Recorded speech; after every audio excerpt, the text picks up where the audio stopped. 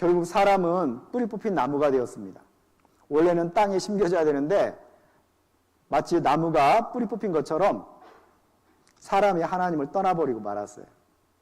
이제 필요한 것은 내가 스스로 채워야 돼요. 그렇죠?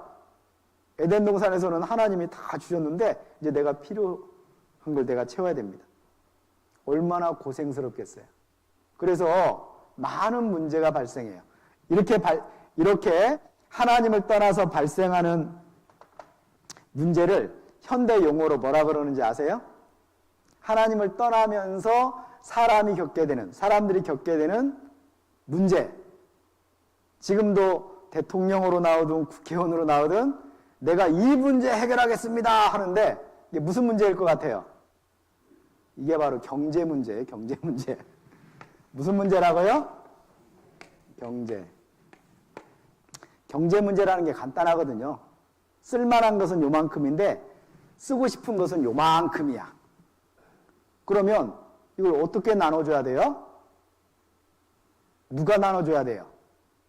이것을 누가 나눠주느냐에 따라서 왕정이 있고 민주주의가 있고 독재가 있고 이러는 거예요.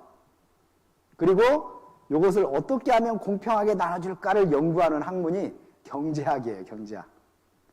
그런데 경제 문제는 해결될까요? 안 될까요? 항상 불만이에요. 항상 불만. 그렇지 않습니까?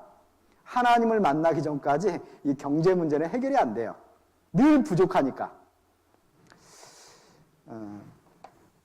폴 사무엘슨이라는 유명한 경제학자가 있는데요. 자, 여기 오니까 이런 고급 강의도 듣네요. 1970년대 노벨 경제학상을 받은 사람인데요. 이분이 행복공식을 만들었어요. 행복공식. 무슨 공식이요? 행복공식. 행복이라는 것은 뭐냐? 여기서 해피니스, 해피는 뭐냐? 분수로 계산하는데요.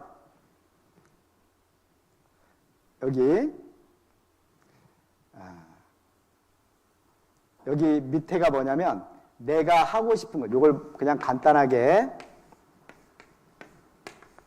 욕심. 우리 다 하고 싶은 욕심들 많죠? 욕심분에 내가 실제로 가지고 있는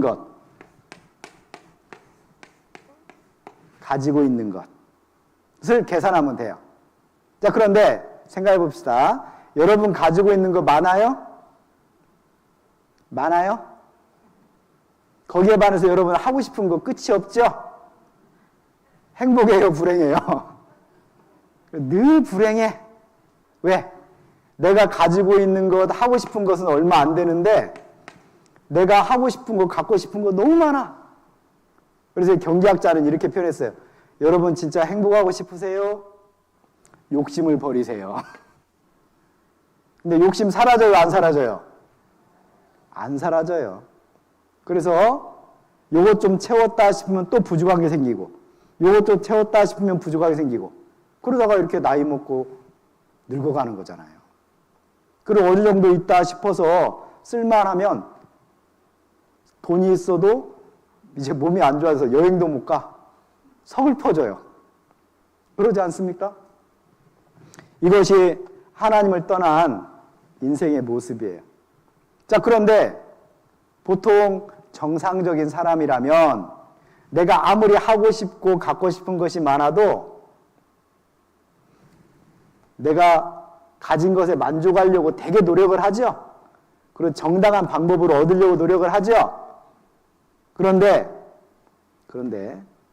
아무도 보는 사람이 없다거나 내가 좀 힘이 더 세다거나 그러면 내가 갖고 싶은 걸 누가 가지고 있어. 그럼 어떻게 될까요? 뒤통수 때리고 뺏어오죠. 죄가 생겨요. 죄. 이 경제 문제는 필연적으로 불평등을 낳게 돼 있고 불평등은 반드시 죄를 양산하게 돼 있어요. 폭력, 속임수, 거짓 그러지 않습니까? 그래서 갈수록 법이 엄해지죠. 그러다 보니까 이런 불행감, 고난이 느껴지면 야, 하나님께로 돌아가야 되겠다 그래야 되는데 하나님께 돌아가는 것이 아니고 갈수록 죄만 늘어나는 거예요. 그래서 이제 끝날 때까지 배울 두 번째 사건, 노아 홍수 사건이 생기게 되는 겁니다.